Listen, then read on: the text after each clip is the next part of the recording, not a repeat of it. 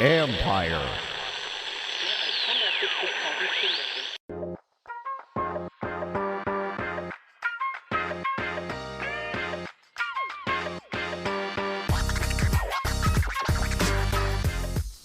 Welcome to Inside the Cap. I'm your host, Joel Corey.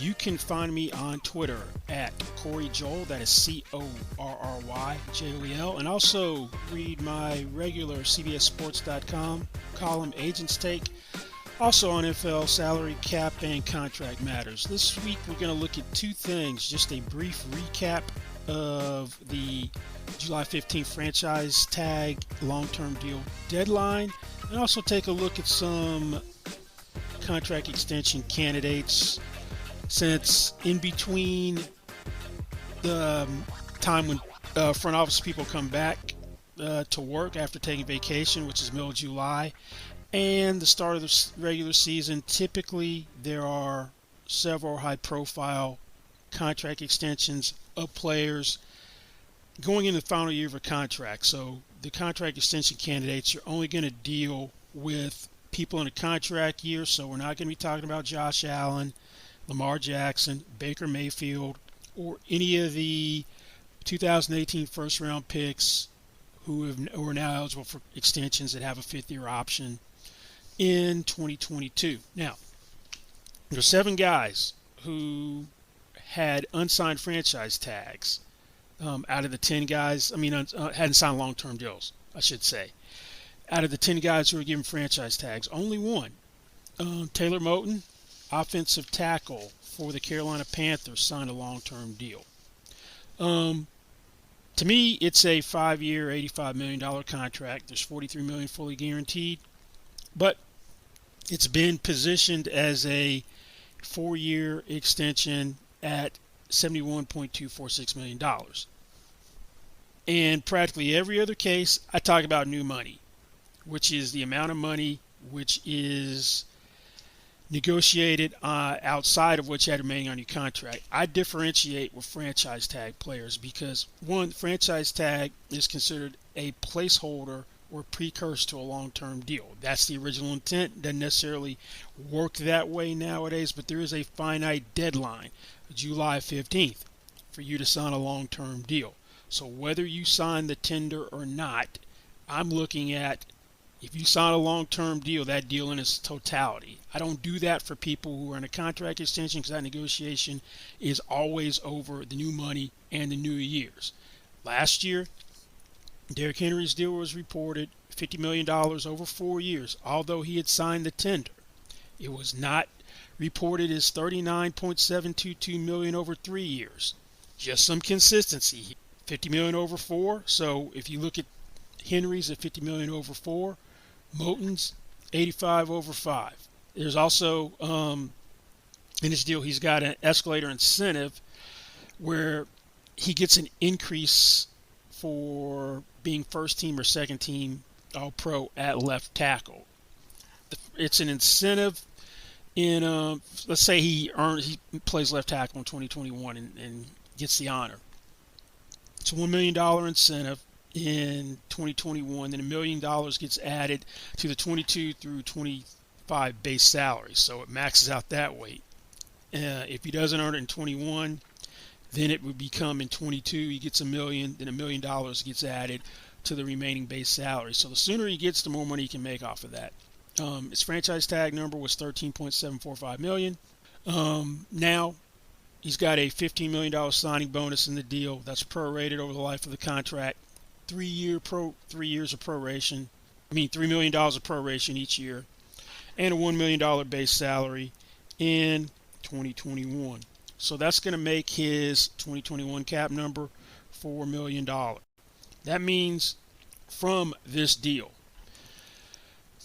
instead of having him count on the cap at $13.754 million, his franchise tender, the Panthers are picking up $9.754 million of cap room on the long-term deal. Now, there's one other franchise tag situation which caught my eye. Just Marcus May, because some of the things that were reported from Ian Rappaport of NFL Media were a little surprising. That The Jets at one time had offered him a long-term deal, roughly 20% less than his $10.612 million franchise tag. That'd be about $8.5 million per year. Now, that has no relation to the marketplace for above average safeties or Pro Bowl caliber safeties. And if I'd been the agent and I'd gotten that type of offer from the Jets, I'd have been offended. I would not have given them a counter offer. That would have been, you need to counter yourself, make a real offer. Make something which is in the realm of possibility. I understand you can have a lowball offer. That's just ridiculous to me. To me, that sends a signal you don't want the guy long term. Then you stick a franchise tag on him, so there's a disconnect there. To me, if you can't ever get to where John Johnson is, who signed with the Browns at $11.5 million per year, and I wouldn't even take that for May, then we have nothing to talk about. He has no decision to even make. I get that Marcus May was a 24-year-old rookie. He's 28 right now, so he's a little bit older. We're going to have a couple of safeties most likely sign lucrative contracts who will be older than May if he plays out this year on a franchise tag. He'll still in a position to get a long-term deal next year if he plays well. But this would send a signal to me as the agent that the Jets have no interest in signing my player long-term. I would have been planning for my player accordingly to make this the best year possible, showcase yourself for teams, hope you don't get franchised a second time, and move on. This would not have been a positive step in trying to get something done in any type of deal long-term unless the next offer was dramatically different than this reported $8.5 million per year offer in that range. Now, apparently, seems like things haven't gotten any better because the Jets didn't respond to the offer that the agent made, and the agent pulled the offer off the table. So I wouldn't anticipate Marcus May being a Jet more than this year. Now, let's turn our attention to the contract extension candidates. Last year we saw between this time and the beginning of the regular season some high-profile guys get extensions which are near or at the top of their markets. Jalen Ramsey set the cornerback market. Joey Bosa, I should say. Chargers, Joey Bosa became the highest paid defensive player. Deshaun Watson became the second highest paid quarterback with the Texans. DeAndre Hopkins, highest paid non-quarterback with the Cardinals. We had 3 running backs sign lucrative deals. Alvin Kamara, Dalvin Cook, and Joe Mixon. So first we're going to look at offense. Let's turn our attention to the running back position. The biggest guy out there is Nick Chubb for the Browns. Now, personally, I'm not a big proponent of paying running backs. I would be disinclined to pay a running back generally. He'd have to be an extremely special talent. My inclination would be let the guy play on his rookie contract, franchise him twice, run him into the ground, find his replacement, go from there. Now, that being said, Nick Chubb has been highly productive as a running back in his 3 years. Since he's entered the NFL, he's third in rushing yards, only behind Derrick Henry, who's way ahead of everybody, Ezekiel Elliott, then Chubb. Chubb has 3,557 rushing yards, 44 games. Among players with 300 or more rushing attempts over the past 3 years, he's got the highest yards per carry for any running back, 5.23 yards per carry. That's second behind Lamar Jackson. So one thing is the Browns have a guy they can use as leverage against him. Curiously, Kareem Hunt last year signed a 2-year, $12 million extension worth up to $13.25 million through escalators, with a little over $8.5 million in guarantees right before the start of the regular season. Even though Chubb's there. Now, he's won a rushing title. Won the rushing title in 2017 as a rookie, and if he hadn't had the baggage because of physical altercation, he's probably still a Chief. Had the 8-game personal conduct policy suspension during the 2019 season. But that's something that the Browns can use against negotiations. To me, the market's pretty well established. Because last year you had multiple backs sign in the 12 to 13 million dollar range. So that if you're going to sign Chubb to a long-term deal, that's where it probably should be. Yeah, Joe Mixon go there, 4 years, $48 million extension. Yeah, Dalvin Cook last year get a deal, 63 million over 5 years extension, 63 million 5 years. Maxes out 70 million through salary escalators with a little over 28 million guarantees. Henry 50 million over 4 years, 12.5 million per year.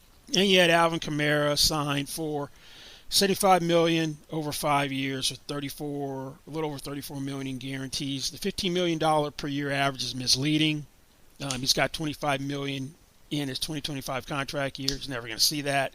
So really, it's 50 over 4. It's Derrick Henry's deal. The market's well established. So if a deal is going to get done, that's where it should be. If Nick Chubb thinks he should be the highest paid running back and supplant Christian McCaffrey, whose deal averages a little over 16 million per year, he's going to be playing on franchise tags.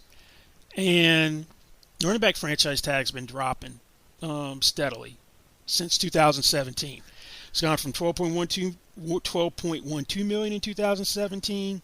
Then it went to 11.866 million in 18. Then 11.214 million in 2019. Derrick Henry's 10.278. Then the precipitous drop in the cap this year, 8.655 million. Now I'm assuming the cap's going to be 208.2 million, the salary cap ceiling, and that means that my projections have the running back number taken up 4.539% of the cap. So that put the number at 9.451 million. If Nick Chubb thinks he should be the highest paid running back, we have nothing to really discuss. If you're going to be firmly entrenched that position, I got an adequate replacement for you. I may have the best running back tandem in the league. I'll franchise you and we can go from there. Now, he is the most logical candidate on the Browns to get a franchise tag. There is another guy on the Browns who is in a contract year that is an interesting case in right guard Wyatt Teller. Teller, 2018 fifth-round pick, came out of nowhere last year, earned second-team All-Pro honors, missed 5 games last year, and there is a dramatic difference in terms of the effectiveness of Cleveland's running game in the games that he missed. That when he was on the field, 5.2 yards per carry, without him, 3.6. Now, I would have some reservations about Teller because he kind of came out of nowhere. Is this the real Wyatt Teller or what we had before in the other year is Wyatt Teller? You probably wouldn't put a franchise tag on him. Offensive line tag is lumped together all positions. It isn't position specific. So to me, my projections have it at 16.631 million if the cap is 208.2 million next year. That's a little high. One thing cutting in Cleveland's favor is anytime you got a guy who is a day 3 pick, and sometimes this applies to day 2 picks, coming off a rookie contract, they haven't made significant NFL money. They've made significant money by real life standards for the average person, but that's not significant money in terms of NFL standards. Through his 3 years on his NFL contract, he has made a little over $2 million in 3 years. He's going to make more this year than on the previous 3 years. He's going to make $2.183 million. He's elevating. He earned the proven performance escalator under the collective bargaining agreement, so that's what he's making this year. But still, that can play into Cleveland's favor. Then I don't know how sensitive they're going to be to Joel Bitonio, who will be in a contract year in 2022. Their left guard, he'll be 31 heading into the 2022 season. I'd probably be, if I'm the Browns, I want to pay Wyatt Teller more in the Andrus Peat range. That's 57 million, 57.5 million, 5-year extension, $11.5 million average. He is the 4th highest paid guard by average yearly salary. Joe Tooney, I should say. Reset the market at $60 million per year in free agency, signs with the Chiefs. A little over 46 million, just under 47 million, I should say, in guarantees in the deal. And what we've seen, that if you let a very good guard get to free agency, historically, in recent years, they've been resetting the market, and we've got a couple of examples of that. That when Kelechi Osemele became a free agent, set the market. Same with Kevin Zeitler, same with Andrew Norwell, now Tooney. So there's a possibility that you don't get something done with Wyatt Teller, then he walks out the door and he's getting Joe Tooney money. But I'd want to keep him around Andrus Peat if I could, if I'm the team. Obviously, if I'm Tooney, I'm having my sights set on, if I'm Wyatt Teller, I'm having my sights set on Joe Tooney money. Now, the average of the top 5 highest paid guards, their deals collectively have $322.05 million from 24 new years or actual years, depending upon whether it's an extension or not. So the average deal is 4.8 years, basically 5-year deal, and these deals average $13,478,750. So maybe 13.5, 5-year extension, 13.5 million per year would be a compromise. Well, we'll see if that gets something done or they do. This episode is brought to you by HP.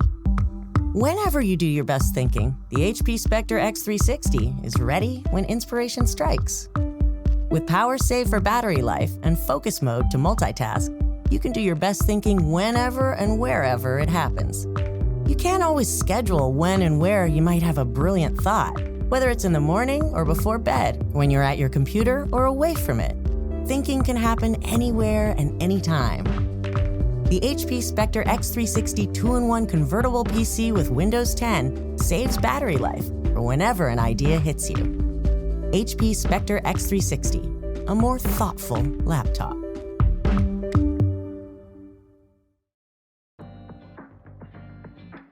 There's one wide receiver to keep an eye on, and that is Davante Adams. The interesting thing is what he wants to do may be intertwined with Aaron Rodgers, because he went on the record saying that the whole the whole Aaron Rodgers situation will affect what he does. So he's got a great case to be the highest paid receiver in the NFL. And the reason I say that is 2020 first team All-Pro, caught 115 passes, Packer record, 1,374 receiving yards, led the NFL with 18 touchdown receptions, also tied a Green Bay Packer single season record, led the NFL with 98.1 receiving yards per game. But he's been probably the most consistent receiver over the past 3 years. Ranks third in the NFL, 309 receptions, fourth in receiving yards, 3,757, and his 36 touchdown catches are tops. He's the only player to place among the top 5 in all of these categories in over the past 3 years, 2018 through 2020. Highest paid receiver, DeAndre Hopkins, $27.25 million per year. So if I'm him, I want to top that, and we know that with Green Bay deals, the only guaranteed money is going to be your signing bonus, unless your name is Aaron Rodgers, because they don't do traditional salary guarantees. So same thing applies to the Steelers and also the Bengals, only 3 teams who have very vanilla structures. They have these roster bonuses in second and third year, sometimes fourth year of the contract to substitute as guarantees, which aren't true guarantees. So you probably have to set a record for signing bonus for wide receiver in a deal for Davante Adams. That record is currently $27.5 million by DeAndre Hopkins, but I'd keep an eye on that one. The 2 tight ends, Mark Andrews for the Ravens, who made the Pro Bowl in 2019, his second year, and also Dallas Goedert of the Philadelphia Eagles.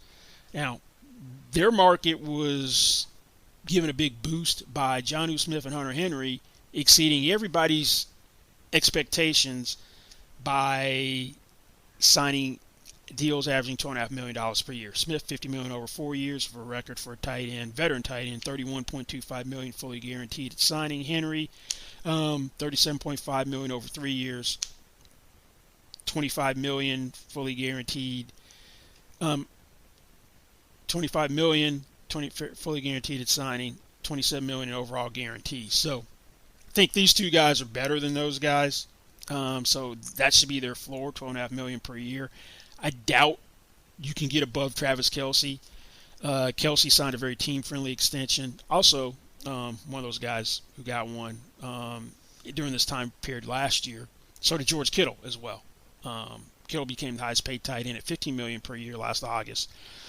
Kelce averages $14,312,500 per year. So if they're going to get deals done with Dallas Goedert in Philadelphia or Mark Andrews in Baltimore, they'll be probably in between that range, $2.5 million per year, and the Travis Kelce deal. Now, if you don't get something done with either one of those two, the franchise tag at $208.2 million to be $10.936 million. And Goddard, there's one interesting wrinkle that right now Zach Ertz is still a Philadelphia Eagle. Everyone assumed he would be traded. Now, let's say Zach Ertz for some reason isn't traded. Philadelphia keeps him on. He's going to be extremely unhappy, I would imagine. And if you do a deal with Goddard, I don't know how that works if Zach Ertz is on the roster. So the easiest thing to do, and it's a deal everyone thought would have been done by now, is if you're going to pay Dallas Goedert, trade Zach Ertz. Now, if they're both on the roster, let's say Ertz has a bounce back year from the ankle injury that required surgery, and he looks like Zach Ertz, where last year people were calling him the third best tight end in football, and some people would make a case that he was in the same category as Kelce and Kittle. So if you got that guy, Goddard's not putting up numbers, and you got a problem. Either way, if you do a deal with him or not, then if he's the guy in that situation, I know he's much younger, then you've just showcased Zach Ertz to go sign a lucrative deal next year, someplace else next year. And if Goddard can't beat out Ertz, you got to wonder about, is he really that good? At least I would, because he's supposed to be the guy of your future, but you've also having him around probably doesn't make him feel any better about staying in Philadelphia anyway. So it's a can of worms. It probably needs to be resolved by Zach Ertz not being on the roster.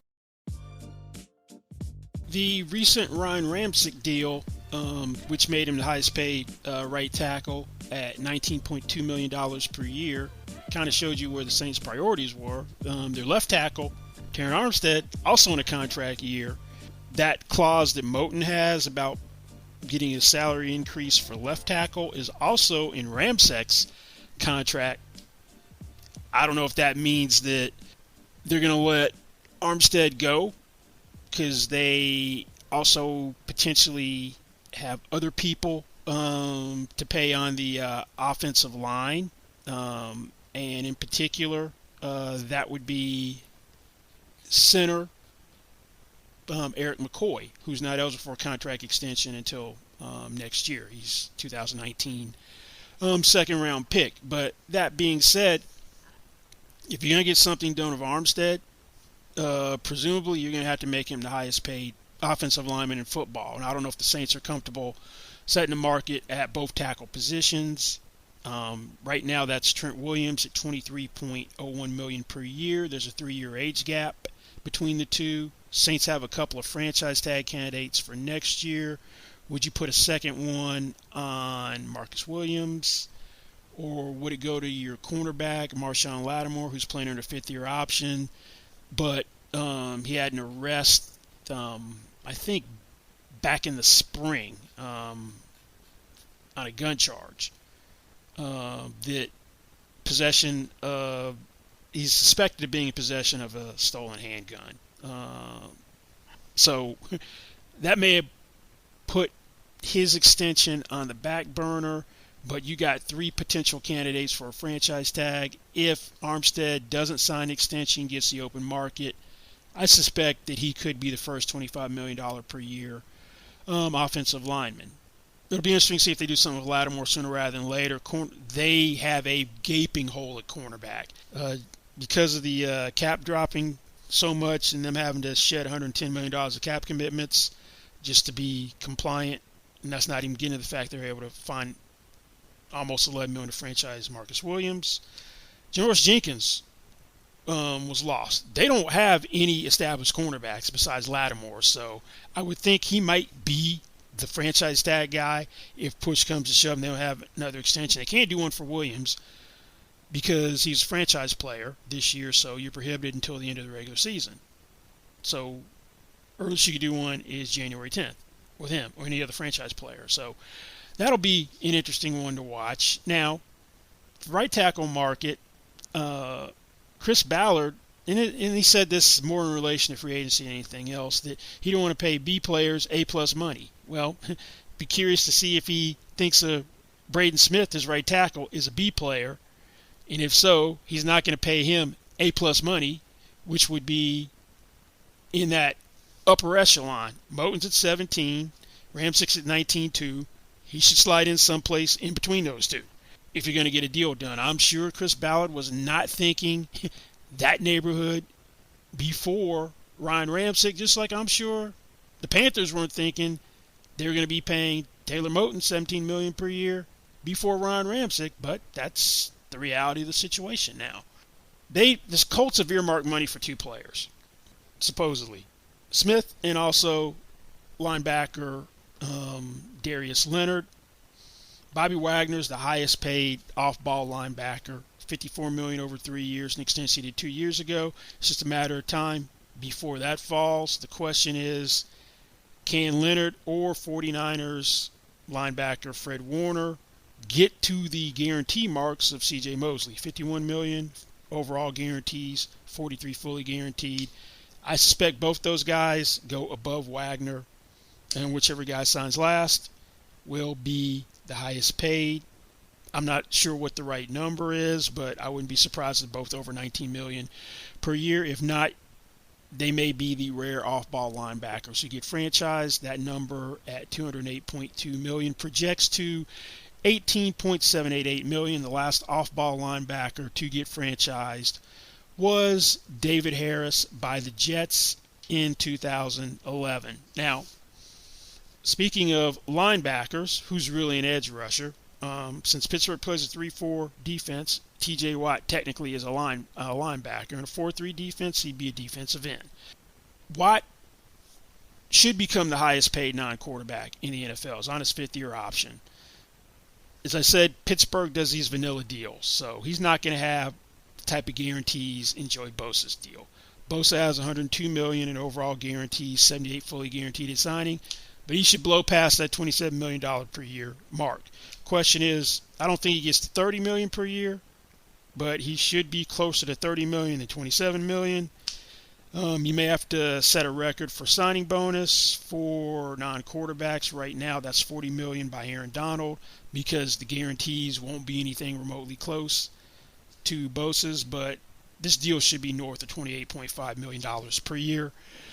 Staying along, moving to the interior of the defensive line, the Washington football team's Jonathan Allen is in a contract year. That's the strength of the the Washington football team is the defensive line with the edge rushers, Chase Young, number 2 overall pick last year, Montez Sweat, and then you got Deron Payne also inside. You're not going to be able to keep all those guys long term. You're not paying a quarterback significant money, so that may bode well in keeping more of those guys than letting them go. Allen, it expressed the things were moving in the right direction, an extension for him. They didn't get something done or Brandon Scherf on a second franchise tag. You won't franchise him a third time. It's going to be too cost prohibitive. Allen is someone that you don't pay him in that elite over $20 million per year category because he doesn't get to the quarterback the way those guys do. He's coming off a 2-sack season, but that isn't really indicative of his pass rush ability. He had a 17% pass rush win rate according to Pro Football Focus. That was 8th among interior defensive linemen. So he's getting pressure, but not quite the sacks. Had 47 quarterback pressures. That was 11th among interior defensive linemen. I would suspect he's looking at that. Kenny Clark, $17.5 million per year. Grady Jarrett, $17 million per year. Eric Armstead, $17 million per year, who plays on the outside for San Francisco in their base defense and kicks inside when everybody's healthy to the interior. And Armstead had that 10-sack season in his fifth-year option in 2019. When you brought in Nick Bosa, you had DeForest Buckner around. Buckner's in Indianapolis. Bosa tore his ACL early in the 2020 season. Production plummeted for Armstead. So that's a concern about Allen. He's surrounded by great talent. Is he a product of all the talent on the line or just himself? But either way, I think if you get a deal done, that's probably going to be the market that you're talking about. Now, if you're looking at a franchise tag for Jonathan Allen next year, I'm projecting it to $19.954 million at the defensive tackle number. So that's going to take a dramatic jump. He kind of has that in his back pocket.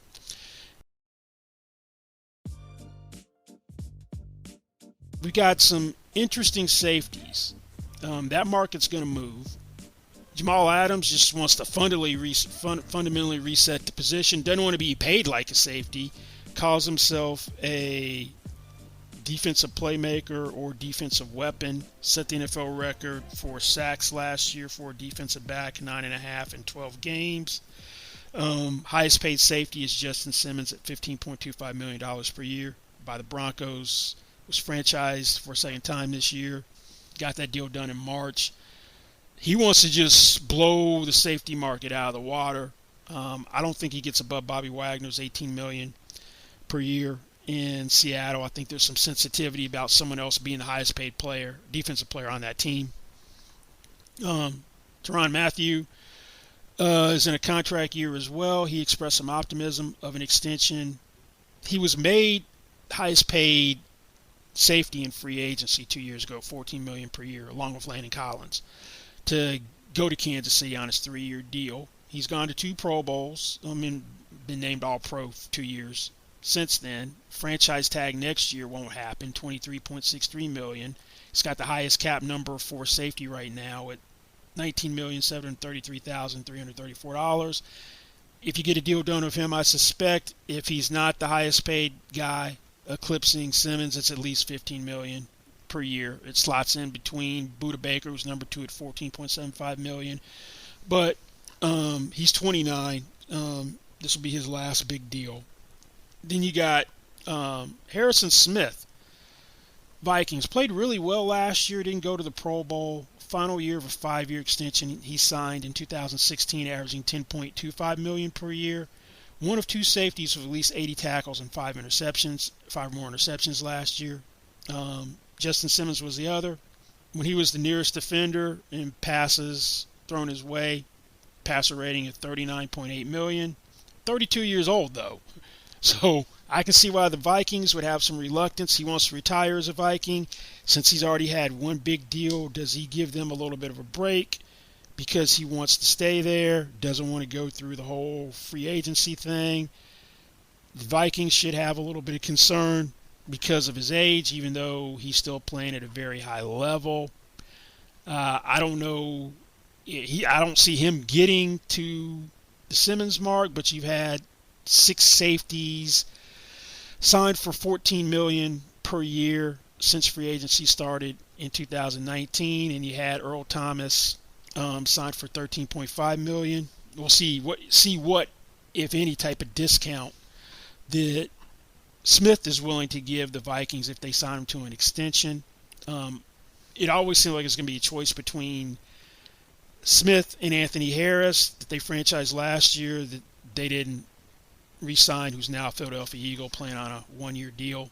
And then Jesse Bates for the Cincinnati Bengals. The Bengals are typically proactive in terms of trying to keep their core players. He wants to stay in Cincinnati. He's expressed that he would like to stay there. He's young. He's 24 years old. If I'm him, even if I can get a deal done, I kind of slow play it a little bit because I want to see what happens in Kansas City and also Seattle if they get something done before Labor Day. And then I want to factor those deals into the equation. But he's going to, if you get a deal done of him, it's probably going to be north of $14 million per year. And it's going to be very light on guarantees. So that's it for this week's Inside the Cap. Thanks for listening. Don't forget, you can find me on Twitter at Corey Joel. That is CorryJoel. And also read my CBSSports.com column, Agents Take. And we'll see you back here next time. Goodbye.